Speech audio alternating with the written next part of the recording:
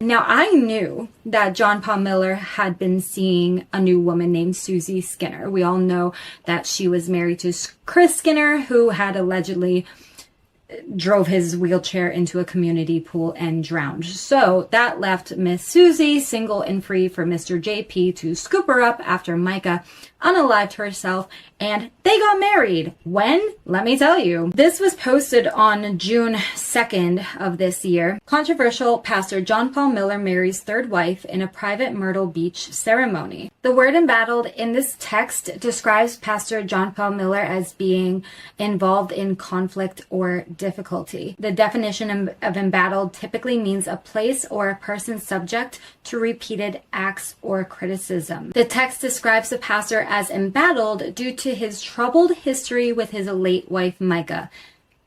Yeah, I guess that's what you would call it, which made headlines worldwide. This indicates he is facing significant public scrutiny and criticism. Mind you, this Mica Miller case is not just national, it's international. I mean, creators from different countries were talking about this because nobody believes it.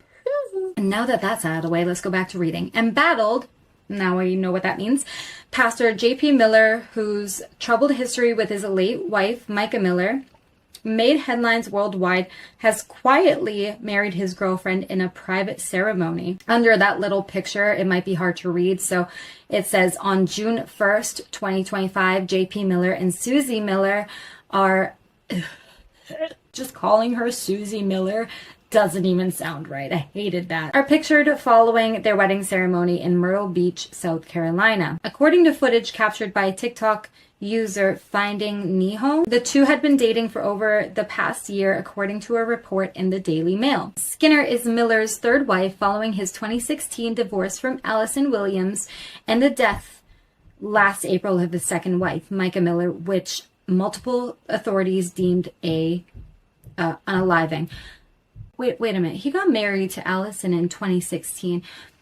Oh, sorry. Divorced from Allison in 2016. We're currently in 2025. So you're telling me that this man has gotten divorced and remarried twice in 9 years? Let me see the picture.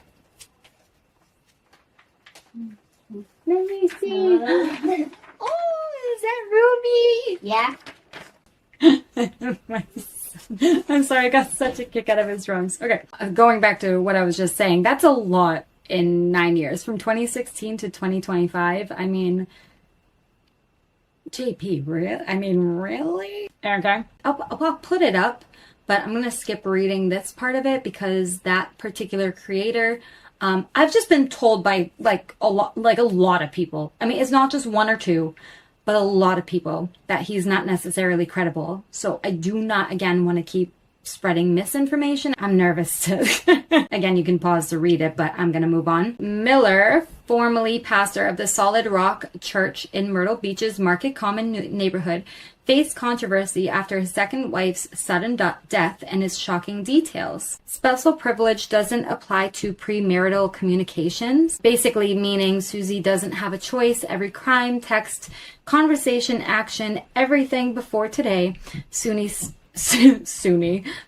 Skinner will be forced to testify. And here are just a couple quick screen grabs of them getting married on the beach. How nice. In our last video, we also talked about Jane Doe number 1 and number 2 making allegations against J.P. Miller that he had sexually abused them when they were minors back in 1998. And again, I will just have the article right here for you to go through. It says, South Carolina pastor faces new allegation months after wife's unaliving, FBI raid on home. The new lawsuit has been filed against an embattled, there's that word again, South Carolina pastor whose wife, Mica Miller, took her own life last spring, and his father accused the men of sexual abuse and predatory conduct, and using the church as a sexual playground for decades. I'm only putting the quotes, by the way, because literally the article has them included. The lawsuit obtained by Fox News Digital alleges that John Paul Miller, now 45, attacked a 15-year-old girl in 1998 while at Sunday school at Miller's father's church. Basically, I just wanted to kind of clarify what the allegations or what the Jane Does had actually said that JP and or his father may have committed on them. For years, J.P. Miller and Reginald Wayne Miller have presented themselves as devout religious leaders. They built their reputations in the Myrtle Beach community and beyond as men of faith, dedicated to spreading God's word and training future church leaders. But this image is a lie, the complaint reads. The 43-page complaint, that's a big complaint, accuses Miller, then 19, of taking the girl into his father's office at All Nations Church before forcing her outside and assaulting her inside his truck. The woman, who now lives in Indiana, is being identified as Jane Doe to avoid the risk of humiliation and embarrassment, according to the complaint. At the time of her alleged assault, J.P. Miller, known to his father, church leadership, and members as a troubled individual with a history of reckless behavior. Again, kind of going back to my statement about doing something really, really, really bad and then turning to religion.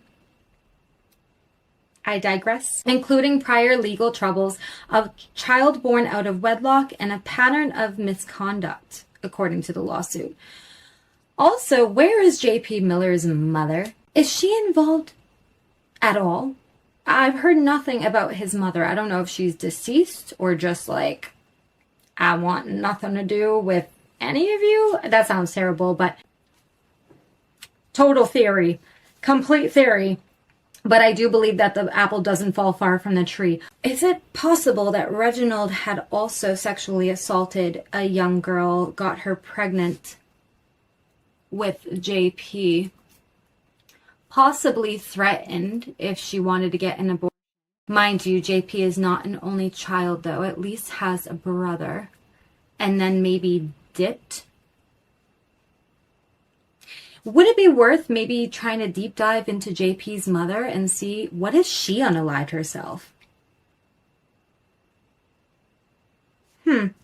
That's the first time I think it's really crossing my mind. And now I'm really curious. And I say this because the article continues saying, behind their religious facade, J.P. Miller and Wayne Miller engaged in sexual abuse and predatory conduct, often targeting minors.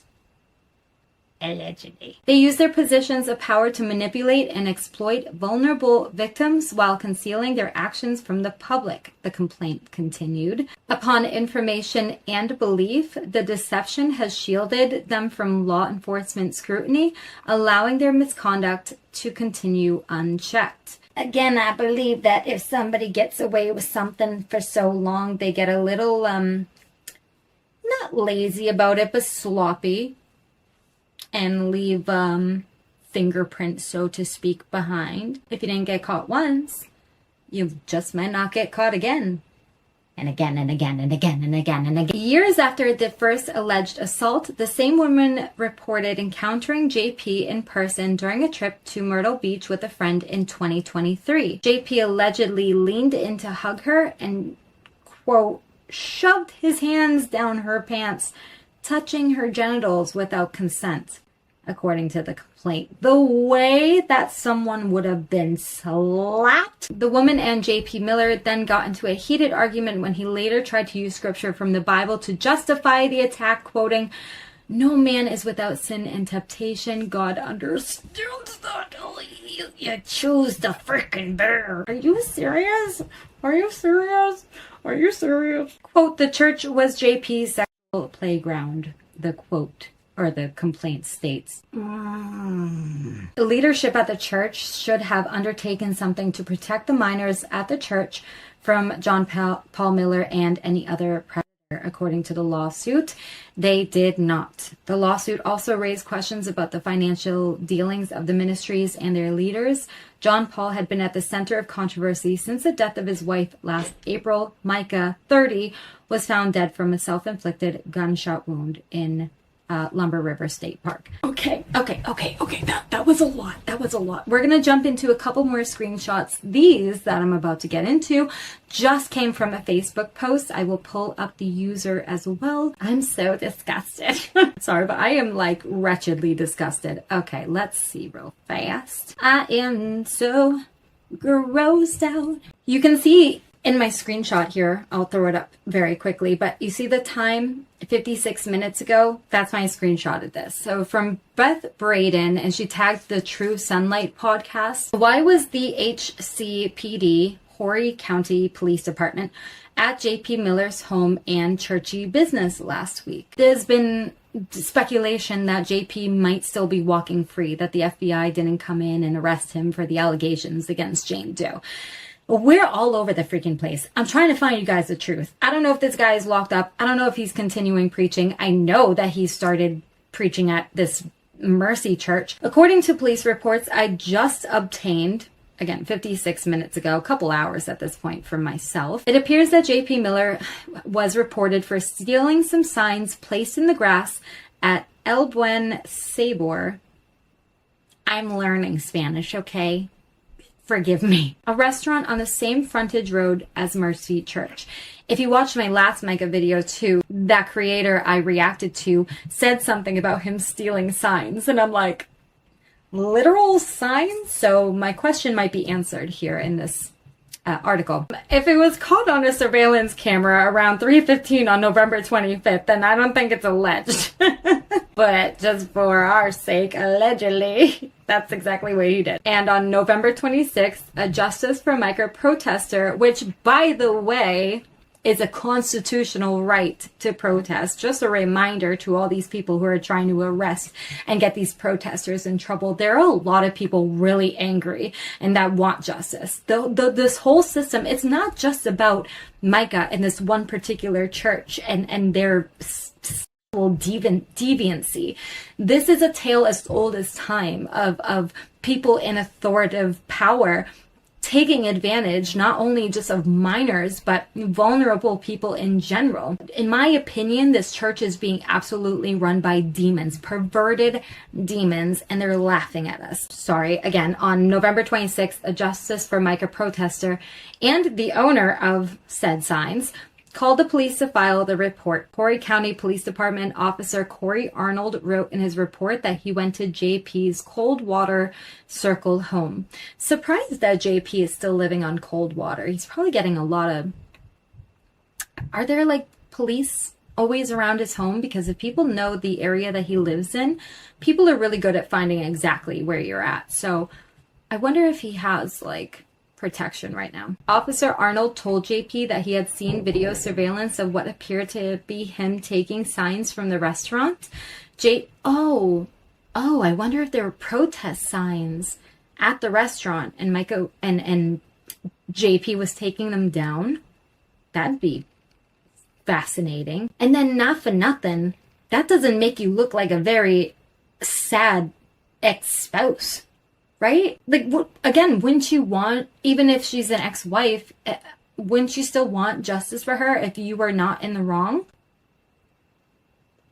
Naughty, naughty. JP allegedly told the officer that the, quote, the items were just trash and that he believed they could be removed. He also said his people had permission by the owner of the restaurant to remove the signs, but that he would make some calls and have the signs returned. Why would the owner call police saying that the signs were stolen if he gave JP permission to take the trash down?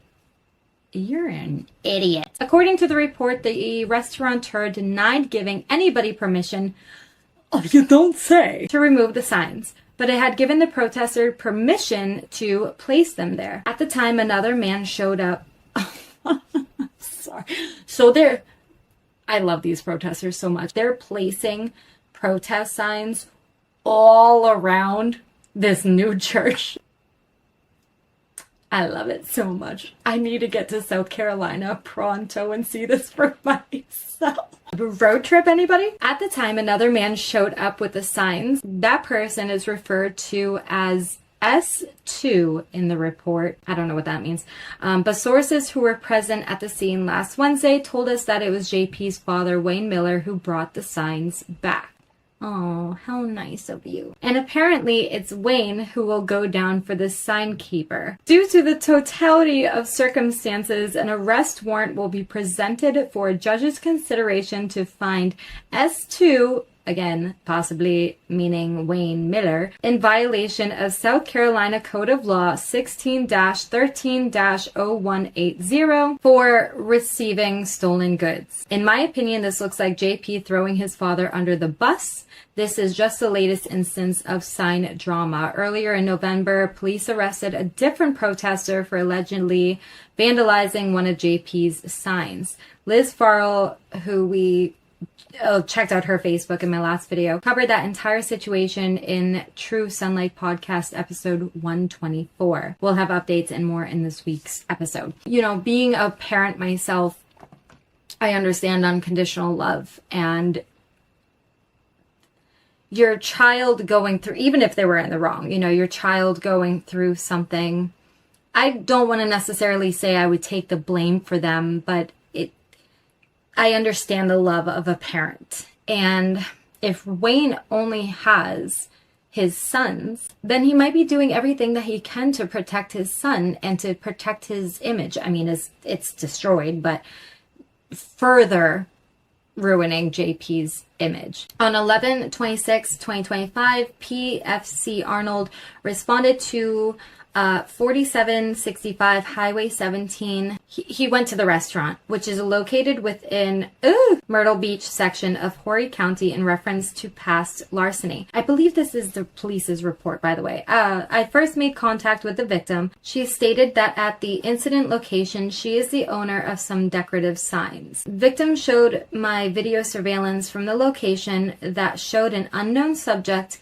taking her signs from the property on 11/25/25 at 15:15 hours. Suspect could be described as and then they blacked out the description of the male with a slim build. Unknown subject then threw the signs into the bed of his black in-color Honda truck and drove away. Victim stated later during a follow-up, she knew the suspect to be OI. I don't know what that means necessarily. I apologize for that. Just by the fact that she knew the Honda truck looked like his, and the build and the look of the suspect would resemble to said suspect. So she basically has a good idea of who took her signs, damn it. Contact was only able to be made by phone message on OI. I advised... Is it OI or O1? I advised offender, I'm just going to call it offender. I advised offender that I obtained surveillance video from the incident location of what appeared to be him and his truck taking the signs from the location. Stated that the items were just trash, so they did state he thought they could be moved. I advised O that the items were personal property by the victim.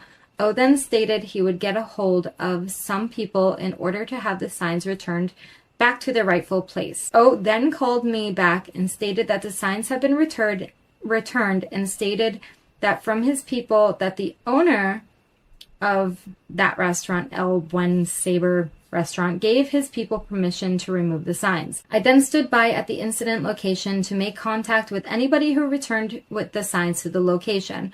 While on the scene, I made contact with the owner of the restaurant, and she stated that she gave the permission to the victim to have the signs placed at the location. The owner also stated that she did not give anyone nor spoke with anyone to have the signs removed from the location. While on scene, suspect number 2 then arrived and had the signs returned. The signs replaced was the same exact ones the victim had. Suspect number 2 also arrived on scene in what appeared to be the same make and model that the unknown suspect took the signs from the previous date. I spoke with suspect number 2 briefly, and he And he, again that he, so there's two males, stated that he was only following instructions to return the signs to where they were found and did not know anything further. It says S2. I'm using suspect, but S2 also stated that he borrowed the truck that is registered to O1. I was able to canvass all business in the area in order to obtain any further evidence from the incident date. No further surveillance was of use as to this case. I then spoke to the victim and advised that the signs were returned and asked if she wished to continue to press charges. The victim stated yes. Yes. Due to the totality of circumstances, an arrest warrant will be presented for a judge's consideration to find S2 in violation of South Carolina Code of Law, as I stated earlier, for receiving stolen goods. All evidence will be uploaded to evidence.com. This case will remain active until further, nothing further at this time. Evidence.com? What? Oh, I gotta sign in like under an agency. Damn.